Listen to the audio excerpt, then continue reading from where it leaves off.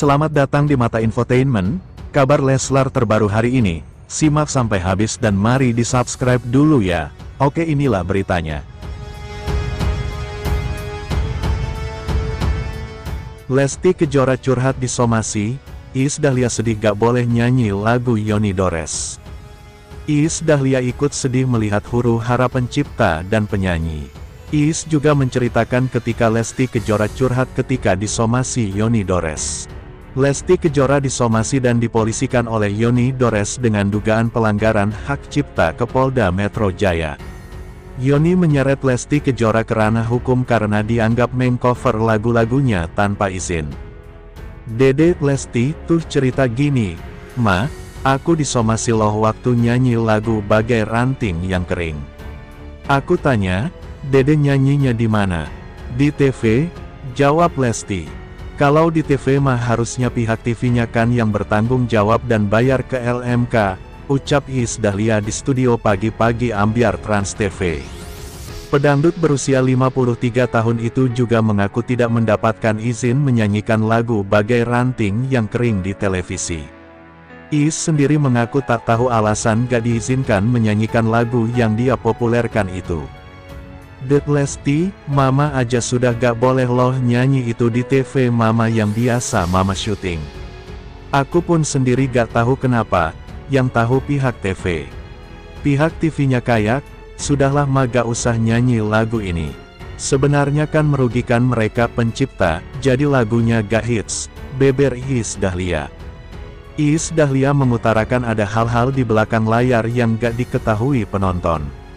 Itulah sebabnya, seringkali penyanyi di televisi menyanyikan lagu yang terkesan itu-itu saja. Ibu dua anak itu mempertanyakan mengapa kisruh antara penyanyi dan pencipta lagu makin rumit. Kenapa nih kepada para pencipta ini tiba-tiba menuntut artisnya, ini, ono, ini, ono, apakah dari IM-nya ini yang tidak membayarkan secara benar atau bagaimana? Ini kita penyanyi juga butuh kejelasan, ungkapnya. "Kayak aku merasanya mempopulerkan lagu ini, kenapa aku gak bisa menyanyikan lagu ini? Sebenarnya kalau gak dinyanyiin lagu ini mungkin akan ada di mana. Kita tuh penyanyi butuh kejelasan," sambung Iis Dahlia. Iis Dahlia menceritakan dirinya gak bisa menyanyikan beberapa lagu yang dia populerkan. Hal itu membuatnya merasa sedih. Sedih banget. Makanya kalau di grup komunitas penyanyi, aku tuh rindu kebersamaan musisi zaman dulu. Kalau zaman dulu kita sesama musisi, ngerasanya kayak saudara. Kok sekarang tuntut-menuntut? Harusnya kan penyanyi dan pencipta saling bersinergi, ujar Ibunda Devano Danendra itu. Sementara dukung perdamaian untuk Lesti Kejora dan Yoni Dores, Putra Siregar akui sudah hubungi Rizky Bilar. Pengusaha Putra Siregar ikut menanggapi kasus yang menjerat sahabatnya, Lesti Kejora. Permasalahan Lesti Kejora dan Yoni Dores hingga saat ini masih ramai menjadi perbincangan. Hal itu buntut Lesti Kejora yang dilaporkan Yoni Dores ke polisi atas dugaan pelanggaran hak cipta. Putra Siregar sendiri kini nampaknya ingin adanya perdamaian di dalam permasalahan tersebut. Lantas Putra Siregar menyayangkan tidak adanya pembicaraan yang baik antara Lesti dan Yoni Dores sebelum adanya laporan. Ya seharusnya itu bisa dibicarakan terlebih dahulu sebelum gugat-menggugat, mudah-mudahan bisa terselesaikan, ungkap Putra Siregar. Saat mengetahui permasalahan tersebut, Putra hingga saat ini belum membahas langsung bersama Lesti. Namun pemilik toko PS Store itu sudah mencoba menghubungi suami Lesti, Rizky Bilar. "Kebetulan aku baru sama Bilar," ujarnya. Putra pun mengaku belum membicarakan secara detail mengenai pokok permasalahan dengan Yoni Dores. Terlepas dari itu, Putra yakin bahwa Lesti dan Bilar bisa melewati permasalahan tersebut. Pastinya dia udah pengalaman ya dalam menyelesaikan banyak hal, mudah-mudahan selesai dengan baik, ucapnya. Untuk saat ini Putra hanya bisa memberikan support untuk Lesti agar bisa menyelesaikan permasalahan dengan baik. "Ya pasti support teruslah. Dari dulu sampai sekarang aku pasti support terus," ungkapnya. Di sisi lain, kuasa hukum Yoni Dores, Ilham menjelaskan alasan melaporkan Lesti Kejora secara pidana bukan perdata. Ilham menyampaikan, Yoni Dores melaporkan perkara tersebut bukan karena ingin mempersoalkan masalah royalti. Namun Yoni Dores sejak awal hanya mempersoalkan masalah perizinan. Hal tersebut buntut Lesti Kejora membawakan lagu ciptaan Yoni Dores tanpa izin.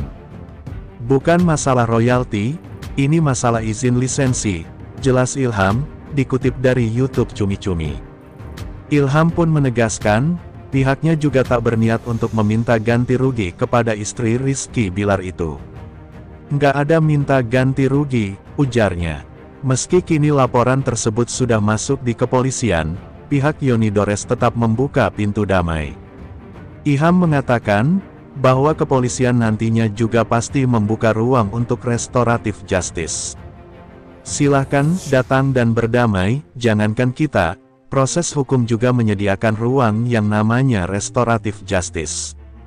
Jadi apapun kemungkinan itu pasti ada, kata Ilham. Sebab sejak awal, Ilham menyebut Yoni Dores juga tak ingin adanya huru-hara dalam permasalahan tersebut.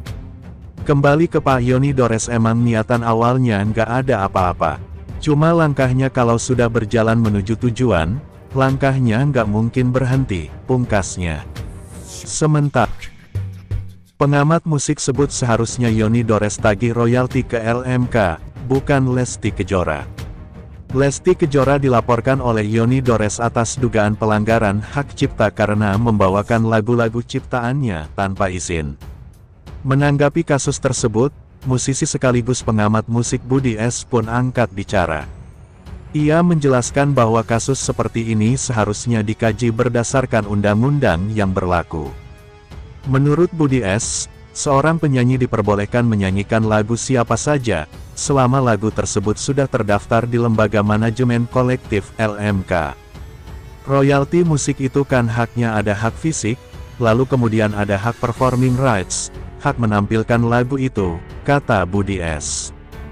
Jadi seorang penyanyi berdasarkan undang-undang boleh menyanyikan lagu siapapun yang sudah didaftarkan di LMK, katanya menyambung. Budi juga menegaskan bahwa semua mekanisme hak cipta telah diatur secara rinci dalam undang-undang.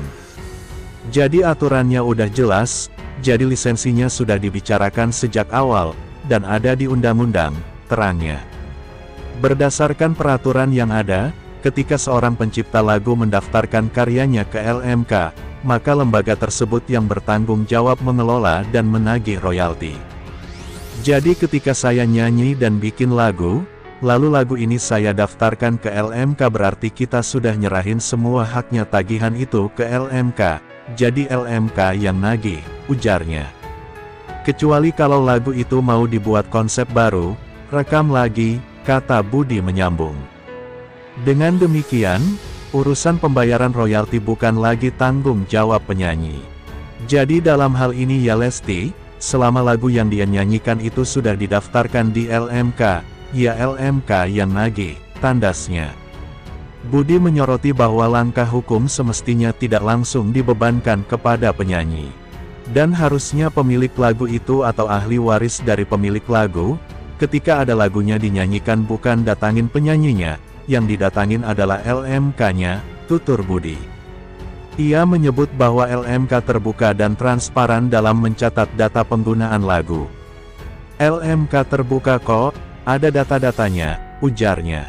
Menurut Budi, tanggung jawab Lesti dalam kasus ini hanya sebatas moral, bukan ekonomi. Lesti punya tanggung jawab moral, tetapi dia tidak punya tanggung jawab ekonomi. Karena tanggung jawab ekonomi itu sudah diserahkan kepada event organizer, katanya. Budi juga menjelaskan event organizer wajib membayar royalti kepada LMK untuk setiap lagu yang dibawakan dalam acara. Ia juga mengingatkan bahwa penyanyi seperti Lesti biasanya hanya tampil sesuai jadwal tanpa terlibat dalam urusan perizinan lagu. Kan yang berkontrak itu adalah bukan Lesti, tapi yang berkontrak dengan pencipta lagu adalah event organizer, tandas Budi. Tanggapan pihak Lesti Kejora atas laporan Yoni Dores. Sementara